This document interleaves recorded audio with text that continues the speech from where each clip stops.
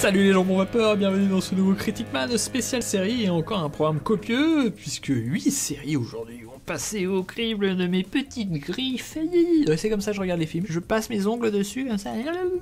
J'ai encore oublié de vous préciser que je fais un magnifique sommaire interactif disponible dans le descriptif de la vidéo. Pour ceux et celles qui n'ont pas envie de tout regarder, vous pouvez directement choisir les séries qui vous intéressent. On commence avec Nu de Olivier Fox, sorti en 2018, qui est une nouvelle série saison 1, une série au concept très particulier puisque tout le monde est à walper. Ça fait plutôt plaisir de pouvoir montrer de manière assez simple et naturelle le sexe d'un homme, le sexe, les seins d'une femme et le cul d'un mec. Donc la démarche me plaît, malheureusement c'est assez amateur. Alors, on sent qu'il n'y a pas beaucoup de moyens ou qu'ils ne savent pas trop rendre les choses plus belles, alors notamment la musique. Alors, je trouve ça presque de mauvais goût, c'est une musique très mauvaise, musique libre de droit, je sais pas quoi. Du coup ça fait film de cul amateur, mais sauf que là les gens sont à poil, donc vous voyez ça fait presque un espèce d'effet négatif qui est pas du tout contrôlé. En tout cas ce qui est marrant quand même c'est qu'il y a donc ce concept de nudité et en même temps côté un peu science-fiction parce que c'est dans un futur machin, il y a une loi qui fait que les gens sont à poil. Donc une série avec un concept comme ça et un peu science-fiction, ça doit être très difficile à monter financièrement d'avoir le droit de faire ça. D'un côté je veux saluer ça, mais d'un autre côté c'est pas très bien foutu en termes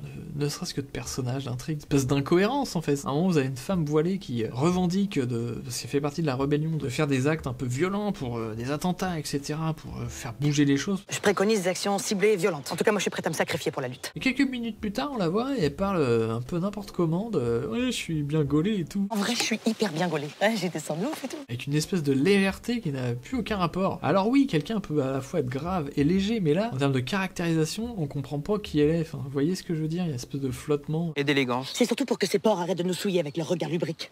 Ah non, c'est pas parti là, ça va. Alors ça, c'est l'Europe de l'Est, c'est horrible. Non mais, attendez. Techniquement aussi, j'ai jamais vu autant de regard caméra ratés. Hein. Enfin, c'est-à-dire, on peut refaire la prise si la personne fait ça sans faire exprès, on le voit carrément. J'ai dû en retrouver un là que je vous mets, mais j'en ai vu d'autres. Ça fait très cheap en termes de mise en scène, mais aussi en termes d'écriture quand même, il y a un aspect un peu naïf qui fait que je peux pas lui mettre plus de 2 étoiles. Ensuite, j'ai maté la saison 23 des Simpsons de James L. Brooks, Matt Groening et Sam Simon, parce qu'on retient toujours que Matt Groening, mais il est pour tout seul hein, finalement à la création de cette série mythique. Alors justement, à un moment, faut peut-être arrêter. Hein. Moi-même, je ressens une lassitude parce que donc j'ai repris du tout début, c'est pour ça que j'en suis à la 23, je me les suis faites comme ça, de temps en temps j'en mate une, et on sent qu'on a passé quand même une espèce de période un peu magique, ils arrivaient quand même à retrouver des idées, à se renouveler. D'ailleurs, ils essaient de faire un peu comme South Park, c'est-à-dire qu'ils vont utiliser des sujets contemporains pour renouveler les choses. Dans cette saison, un épisode avec Lady Gaga, c'était pas du tout le cas avant, il n'y avait pas besoin de ça. On sent un peu un côté, hein, on sait plus quoi raconter, on a tout fait avec ces personnages et cette histoire. Peut-être faudra un peu de feuilletonesque, il faudrait que vraiment ils se mettent à grandir, j'en sais rien. Alors bien sûr, il y a toujours des idées marrantes, faut pas déconner, ils arrivent encore à trouver des choses. C'est pour ça que globalement, je lui mets 3 étoiles à cette saison 23. Ensuite, j'ai regardé Scooby-Doo Where Are You de William Hanna et Joseph Barbera, sorti en 1969, la toute première série d'animation. C'est encore une fois Erwan Cario quand on avait parlé dans le fameux podcast ABCD, que je vous conseille aussi. Ils ont fait un spécial Scooby-Doo, je me suis dit, ah ouais, je connais pas vraiment, j'ai pas l'impression d'en avoir regardé un épisode entier. Donc, je me suis dit, je vais me faire l'original et puis je vais en mater une ou deux autres parce qu'il y a eu plein de versions un peu plus récentes. Mais donc, cette fameuse recette, cette petite bande là qui enquête à chaque fois, toujours un côté cocasse, c'est quelque chose qui a quand même fortement vieilli. Déjà en termes d'animation, c'est pas top. Et vraiment, c'est limite foutage de gueule. Les personnages, t'as l'impression qu'ils louchent, qu'ils se ressemblent pas trop, ils ont oublié de colorier les poils de barbe, ils sont blancs comme la couleur de la tête. En termes d'écriture aussi, c'est assez bien, puisque en fait, ils n'enquêtent pas de manière volontaire. Ils partent tout le temps en vacances, se balader dans des endroits chelous, et on leur vole un sac ou j'en sais rien, ils voient un truc bizarre, ils se mettent à enquêter. Ah, il y a un mystère, il faut qu'on aille le résoudre. Et notamment dans les premiers épisodes, c'est à moitié gratuit, du coup, on comprend même pas la situation. On se dit, pourquoi ils font ça? Pourquoi ils sont impliqués là-dedans, les mecs? Il y a quelque chose d'assez redondant, mine de rien. C'est pareil, c'est du procédural. Et c'est marrant de redécouvrir cette formule comme elle était, parce que on voit très bien ce qui fonctionne dans l'alchimie entre les personnages. Le design, la situation de mystère, de mecs masqués, etc. On sent que paf, il y a un truc qui fonctionne. Donc je suis assez curieux de voir des versions plus récentes qui sûrement dépoussiéraient la formule. Mais en tout cas, j'ai été assez surpris, notamment, j'avais le souvenir que Sammy et Scooby-Doo étaient vraiment débiles. Il y a un peu de ça, en fait, ils sont maladroits, mais ils sont pas débiles. C'est-à-dire que parfois, c'est eux qui trouvent des solutions quand même. Quand ils discutent discutent ensemble à essayer de comprendre, on va aussi potentiellement les écouter. Pas systématique, mais des fois ils proposent un truc, ils font ah c'est une bonne idée, on va le faire. Ça reste quand même un truc qui a vieilli, donc 3 étoiles. Ensuite j'ai regardé Ash vs Evil Dead saison 3 de Sam et Yvan Rémy et Tom Spezialy, qui est sorti en 2018. Troisième et dernière saison, puisque la suite n'a pas été validée. Et c'est marrant parce que quand je l'ai appris avant de me lancer dans cette troisième saison, et je dirais que pendant les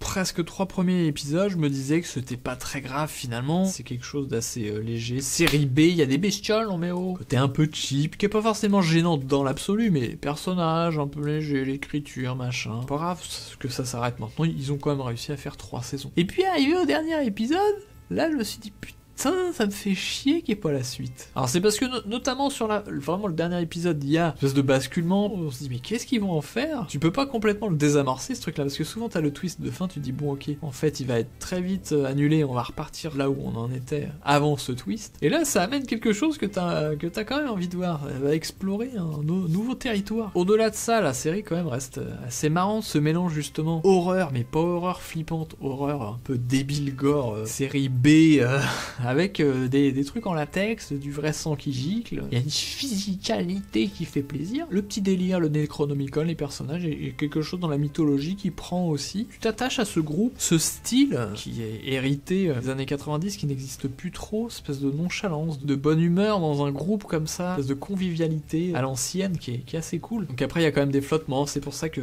je reste à 3 étoiles malgré tout. Mais n'hésitez pas à tester la première saison quand même. Ensuite j'ai regardé la 7ème et dernière saison de Parks and Recreation de Greg Daniels et Michael Schur, qui est sorti en 2015. Ah putain, mais Parks and Recreation, donc série comique foucarde, ce qui se passe dans l'administration américaine, qui a été une pure surprise, personnages complètement déglingués. On a encore cette convivialité entre des personnages, là avec une formule un peu plus moderne. Vous savez, c'est ce filmage à la The Office où il y a une caméra très visible où les acteurs parlent entre eux et puis l'autre te dit un truc chelou et tu regardes la caméra de manière complice quoi. Et ça passe de manière naturelle alors qu'il n'y a pas de raison qu'il y ait une caméra normalement. Je dirais que c'est presque la saison de trop. Finalement, la conclusion de la 6 était assez cool, dans un registre un peu plus sérieux, mais c'était une belle conclusion. D'habitude, c'est des barres de rire en permanence. Là, au début, il faut te remettre un peu dedans, et tu sens que c'est un peu moumou, quoi, ça commence à tourner en rond. De manière globale, c'est une série que je vous conseille fortement, simplement, effectivement, cette saison-là est peut-être pas nécessaire, même s'il y a encore toujours des fulgurances de beaux délires et tout. Je dirais que ça bascule un petit peu plus, vous savez, ce côté mélo des séries américaines, où les gens se pardonnent des trucs, ils tirent, entre guillemets, vers le larmoyant, même si, bon là, ça n'en fait pas non plus des caisses. On est plus de ce côté-là que du côté débile foucard. Ça m'intéresse beaucoup moins. Donc on reste à 3 étoiles.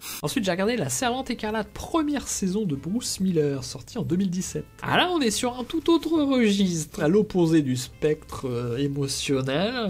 Ah, c'est nettement plus pesant, hein, tout de suite. Là, on est clairement dans le genre de la dystopie en science-fiction. Alors clairement, je vous la recommande, donc je ne veux pas vous dévoiler du tout l'intrigue, mais en tout cas, on suit donc cette fameuse Servante Écarlate qui se retrouve malgré elle une esclave, ni plus ni moins, hein. Elle doit participer à un rituel, elle a rien demandé. On a foutu en l'air la nature. Mais donc il y a cette espèce de zoom sur cette personne, comme ça on vit toute cette transformation, c'est-à-dire qu'au départ elle est normale, et puis d'un coup bam, on t'impose quelque chose. Et là tu as une réaction, et les gens réagissent pas tous de la même manière. Donc on a d'un côté l'aspect humain, vivre ça, de voir comment on réagit, puis on a le discours un peu plus politique, plus général, sur les conséquences écologiques en quelque sorte, hein, même si voilà, c'est pas quelque chose qui est discuté en permanence dans la série, mais si on en est là, c'est pour des raisons qu'on a tout foutu en l'air avant. Puis ça pose quand même la question un petit peu des régimes, comment les régimes, les gouvernements, ces éléments dogmatiques, que ce soit religieux, politiques, comment ils viennent oppresser l'être humain. Mais encore une fois, on n'est pas dans un discours, hein. On vit tout ça à travers un personnage, ça nous pose ces questions-là, si vous voulez, en creux. Mais nous, on vit son aventure, on est complètement aspiré. La série joue très bien sur le suspense. Au bout d'un moment, tu te rends compte qu'il y a un peu c'est toujours ces jeux de, pas de faux suspense, mais on te balance une menace, et au bout d'un moment, tu comprends que c'est un peu une feinte, tu vois. Alors ça veut pas dire qu'il n'y a pas de menace, hein, mais en tout cas, il y a une espèce de jeu. Et ce que je trouve très marrant, justement, c'est une réflexion que je me faisais. Je pense que cette série aussi est, parce qu'on en entend pas mal parler, hein, c'est une réussite, clairement. Si elle plaît autant, c'est parce que malgré ce truc très violent, très oppressant, il y a un aspect extrêmement ludique. Que je parlais de dogme, ce qui fait qu'il y a tout un ensemble de règles à respecter. Et quand nous, on est extérieur en tant que spectateur à tout ça, et ben ces règles forment un espèce de cadre, et c'est exactement le principe d'un jeu. T'es là, t'es dans la vie normale, paf, tu mets une ou deux règles, et d'un coup, ça transforme les choses, ça devient un jeu. Voilà, comme on subit pas nous-mêmes directement les conséquences, on peut s'amuser, si vous voulez, un peu de ces rituels, à reprendre des formules qui sont répétées répéter en permanence, qui sont pas du tout marrantes, mais toi tu t'en sers dans la vie. Et je pense qu'il y a vraiment un jeu comme ça entre toi et la série qui fait en partie le succès, parce que c'est pas une série marrante, hein. Je dis juste qu'il y a une espèce de dimension ludique à travers le rituel, la répétition de règles, quand on les voit vivre de l'extérieur. Bref, c'est une recommandation, on est sur du 4 étoiles, on va pas jusqu'à 5 parce qu'il y a un petit côté un peu trop larmoyant sur la fin qui commençait à me fatiguer. Mais j'ai bien envie d'attaquer la saison 2, hein, attention. Ensuite, j'ai regardé la saison 6 de The Office de Greg Daniels, le The Office US, basé sur la série de Ricky Gervais et Stephen Merchant. Il est sorti en 2009. Voilà, j'approche de la fin, je veux pas, parce que c'est génial, c'est toujours génial. On n'est pas encore à la saison de trop, je trouve, ils arrivent encore à aller explorer plein de délires dans les personnages, genre des situations rocambolesques. Il y a toujours cette qualité d'écriture de faire des choses complètement débiles, cinglées, et en même temps, d'arriver parfois à être émouvant ou à raconter un petit quelque chose qui n'est pas juste de l'ordre de la farce. Donc j'ai pas forcément grand chose à vous raconter de plus, je vais pas rentrer dans les détails de la saison des épisodes, c'est une série que je vous recommande toujours, hein, bien entendu. C'est marrant débile, mais justement en parlant des failles des humains, quoi. C'est pour ça que ça marche aussi bien. C'est marrant qu'ils aient réussi à construire ça de manière globale avec tous les personnages, parce qu'à la base, dans la série The Office anglaise, c'est vraiment le personnage du boss qui est vraiment particulier. Là, ils ont ajouté plein de mythologie avec plein d'autres personnages qui n'existaient pas du tout. Ils ont construit toute une espèce de petite famille, quoi. En plus, c'est ça se transforme de plus en plus en famille. Ça qu'on passe de l'ironie où on se moque des autres qui sont bizarres, puis finalement, on les voit toujours au travail et on se rend compte qu'on crée des liens et que voilà, il y a une espèce de convivialité, ça devient nos amis parce qu'il y a des jeux entre nous, machin. Bref, c'est un 5 étoiles The Office. Allez-y, si vous connaissez pas, je vous en supplie. Et il est temps de se finir tranquillement avec la saison 2 de Halt and Catch Fire, sortie en 2015 de Christopher Cantwell et Rogers. Ah là là, putain. C'est marrant, il y a quelque chose un petit peu flottant mou au début, mais je sais même pas si c'est la série parce que j'ai l'impression qu'à chaque fois que tu te relances dans une série, enfin, en tout cas, moi j'ai l'impression qu'il me faut un temps pour me remettre dedans. Je me demande s'il y a des séries qui arrivent à m'attaquer direct ou pas. Donc on repart en tout cas dans les années 80, informatique. Mais encore une fois, si vous vous en foutez de l'informatique, ça ne pose aucun problème. C'est vrai que les séries ont ce côté supérieur parfois aux films parce que ils ont le temps d'écrire des personnages, ils n'ont pas le choix d'ailleurs. Tu peux pas faire une série, tu peux pas faire 10 heures de programme si t'as pas de personnages. Et j'ai eu un peu peur justement, et je me dis mince, c'est pas aussi fort et prenant que la première saison. Mais très vite, il y a des nouveaux enjeux qui se mettent en place, ils arrivent à continuer à approfondir les personnages, à créer des nouvelles situations. Je veux rien vous dévoiler, je veux pas vous raconter encore une fois. Regardez cette série, il y a que 4 saisons au total. Le suspense dans les prochains Critic Man séries, ça sera de savoir est-ce que ça tient jusqu'au bout de la 4e saison cette qualité. Pour moi, c'est toujours le cas sur cette 2e. Est-ce que ça va redonder ou pas?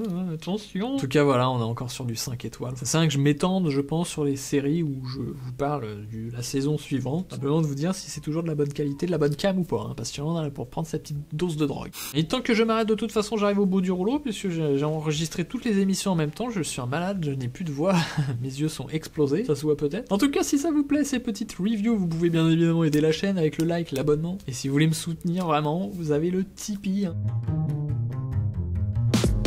Ma préférence, le plus petit don 1€, mais mensualisé, comme ça permet de construire l'avenir tous ensemble. Je vous dis à très bientôt pour de nouvelles aventures, gros bisous tout le monde. Je n'en peux plus. J'ai tout mis en boîte, je suis un malade. J'ai enregistré plus de 3 heures là. Les séries B, il y a des bestioles, on met au... Énerve ce truc à tourner autour de moi. Saison 2 de Halt and... Christopher Cantwell et ma...